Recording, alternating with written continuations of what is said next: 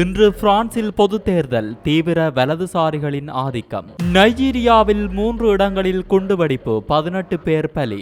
இந்து மத நம்பிக்கையிலிருந்து உத்வேகம் கிடைக்கிறது, பிரிட்டன் பிரதமர் ரிஷி சுனக் பிரமிப்பு. பிலிப்பைன்ஸ் பட்டாசு கிடங்கு வெடிப்பு, 5 மரணம், 38 பேர் காயம். 10 கிலோ இயற்கை உபாதைகளை சேர்த்து வைக்க வடகொரிய ஜனாதிபதி கோரிக்கை. இலங்கையில் திடீரென பணக்காரராகும் நபர்கள், போலீஸ் நிலையில் குவியும் முறைப்பாடுகள்.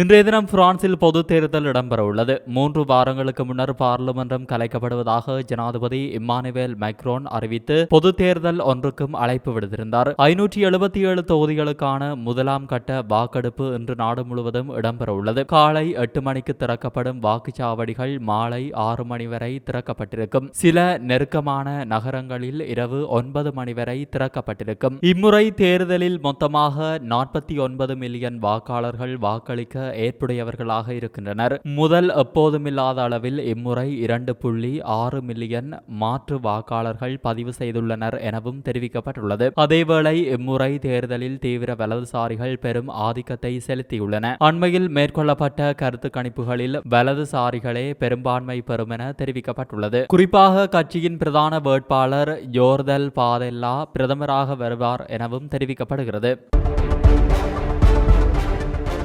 இதேவேளை பிரான்சில் தேர்தல் அறிவிக்கப்பட்டுள்ள விடயம் சில பிரிவினருக்கு பெரும் கலக்கத்தையும் கவலையையும் ஏற்படுத்தியுள்ளது. அதற்கு காரணம் வலதுசாரியினர். பிரான்ஸ் ஜனாதிபதி இம்மானுவேல் மேக்ரோன் நாடாளுமன்றத்தை கலைத்துவிட்டு தேர்தல் அறிவித்துள்ள நிலையில் தேர்தலுக்கு முந்தைய கருத்து கணிப்புகள் அனைத்துமே புலம்பெயர்தலுக்கு எதிரான கொள்கைகளை கொண்ட வலதுசாரி கட்சியான தேசிய மன்றம் கட்சி பெரும் வெற்றியை பெறும் என்றே கூறுகின்றன.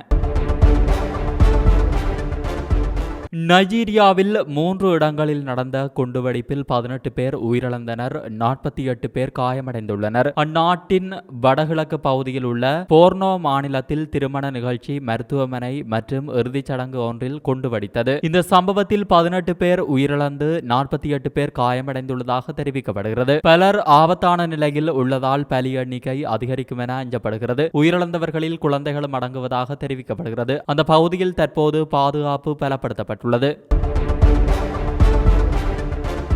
பிலிப்பைன்ஸின் தென்பகுதியில் உள்ள பட்டாசு கிடங்கில் வெடிப்பு ஏற்பட்டதை அடுத்து 5 உயிரிழந்தனர். கிடங்கில் பணிபுரிந்த 4 ஊழியர் ஒருவரின் 4 வயது குழந்தையும் உயிரிழந்ததாக அந்நாட்டு அவசர நிலை சேவை தெரிவித்தது. 38 பேர் காயமடைந்ததாக அதிகாரிகள் கூறினர். அவர்களில் 8 பேரின் உடல்நிலை கவலைக்கிடமாக இருப்பதாக தெரிவிக்கப்பட்டது. வெடிப்பு சம்பவம் ஜூன் மாதம் 29ஆம் தேதி பிற்பகல் சம்போவாங்கா நகரில் நிகழ்ந்தது. கிடங்கு வெடித்து சிதறியதாகவும் அருகிலிருந்த கட்டடங்கள், வீடுகள் ஆகியவை சேதமடைந்ததாகவும் தெரிவிக்கப்படுகிறது. தீயை அணைக்க தீயணைப்பு படையினர் ஏறத்தாழ 2 மணி நேரம் போராடியதாகவும் வெடிப்புக்கான காரணத்தை கண்டறிய தீவிர விசாரணை நடத்தப்பட்டுள்ளதாகவும் பிலிப்பைன்ஸ் அதிகாரிகள் தெரிவித்துள்ளனர்.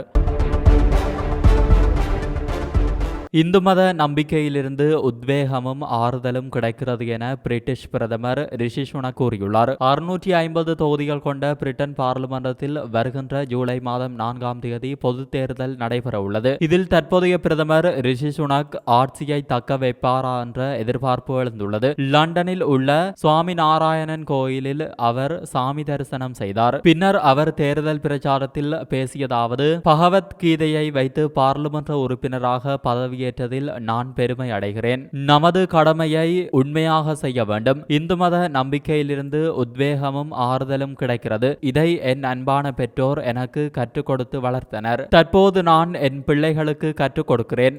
பொது சேவை செய்ய தர்மம் தான் எனக்கு வழிகாட்டுகிறது எனவும் அவர் தெரிவித்துள்ளார். வடகொரிய ஜனாதிபதி கிம் ஜாங் உன் தன் நாட்டு மக்களிடம் ஆளுக்கு 10 கிலோ மலத்தை சேர்த்து வைக்குமாறு கேட்டுக்கொண்டுள்ளார். ஏற்கனவே தென்கொரியாவிற்கு பலூன்கள் மூலம் மனித கழிவுகள் மற்றும் குப்பைகளை வடகொரியா அனுப்பிய விவகாரத்தால் அந்நாடு உலக அரங்கில் நாற்றமாய் நாறிப்போன நேரத்தில் இப்படி ஒரு கோரிக்கை விடுக்கப்பட்டுள்ளதால் ஒருவேளை அந்த செய்திக்கும் இந்த செய்திக்கும் தொடர்பு இருக்குமோ என சந்தேகம் எழுவதை தவிர்க்க முடியவில்லை. என்றாலும் தென்கொரியாவிற்குள் பலூன்கள் மூலம் மனித கழிவுகள் அனுப்ப செய்யப்பட்டதற்கும் இப்போது தன் நாட்டு மக்கள் அனைவரும் தங்கள் சொந்த மலத்தில் ஆளுக்கு 10 கிலோ சேர்த்து வைக்குமாறு கிம் கேட்டுக்கொண்டதற்கும் தொடர்பில்லை. அதாவது பொதுவாகவே வடகொரியாவில் குளிர்காலத்தில் இப்படி ஒரு வழக்கம் உண்டாம். அது எதற்காக என்றால் மனித கழிவுகளை உரமாக்கி பயிர்களுக்கு இடுவதற்காகவும் இது பயன்படுத்தப்படுவதாக கூறப்படுகிறது. அதுவும் இப்போது இறக்குமதி செய்யப்பட்ட உரத்திற்கு வடகொரியாவில் தட்டுப்பாடு நிலவுகிறதாம். ஆகவேதான் தன் நாட்டு மக்கள் அனைவரும் தத்தம் கழிவுகளை சேகரித்து கோடையில் தங்கள் வயலுக்கு அவற்றை உரமாக பயன்படுத்துமாறு கோரிக்கை விடுத்துள்ளாராம் கிம். இப்படி தங்கள் வீட்டு தோட்டத்தில் கோடை காலத்தில் மலத்தை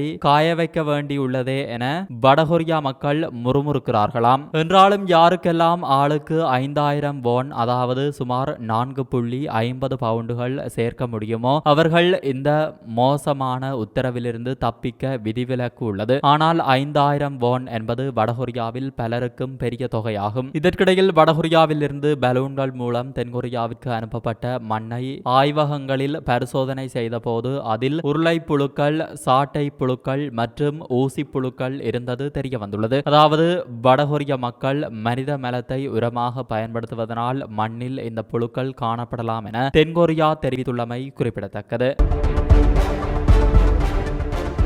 இலங்கையில் பலர் திடீரென பணக்காரர்களாக மாறியுள்ளதாக போலீசார் தெரிவித்துள்ளனர். திடீர் பணக்காரர்கள் தொடர்பில் போலீசாருக்கு முறைப்பாடு கிடைக்கப்பெற்றுள்ளதாக போலீஸ் தலைமையகத்தின் சிரேஷ்ட பேச்சாளர் ஒருவர் தெரிவித்துள்ளார். நாட்டின் பல்வேறு பகுதிகளில் இருந்தும் இவ்வாறான முறைப்பாடுகள் கிடைப்பதாக அவர் தெரிவித்துள்ளார். சிலர் திடீரென பணக்காரர்களாகிவிட்டதாகவும் அவர்கள் பணக்காரர்களாக மாறுவதற்கு எந்த காரணமும் இல்லை எனவும் போலீசாருக்கு முறைப்பாடு செய்யப்பட்டுள்ளது. போலீஸ் நிலையத்திற்கு வரும் நேரடி முறைப்பாடுகளுக்கு மேலதிகமாக தொலைபேசியிலும் முறைப்பாடுகள் வருவதாக போலீஸ் அதிகாரிகள் தெரிவித்துள்ளனர். இந்நிலையில் கிடைக்கப்பெறும் ஒவ்வொரு முறைப்பாடு தொடர்பிலும் விசாரணைகள் மேற்கொள்ளப்படும் என அந்த அதிகாரிகள் தெரிவித்துள்ளனர்.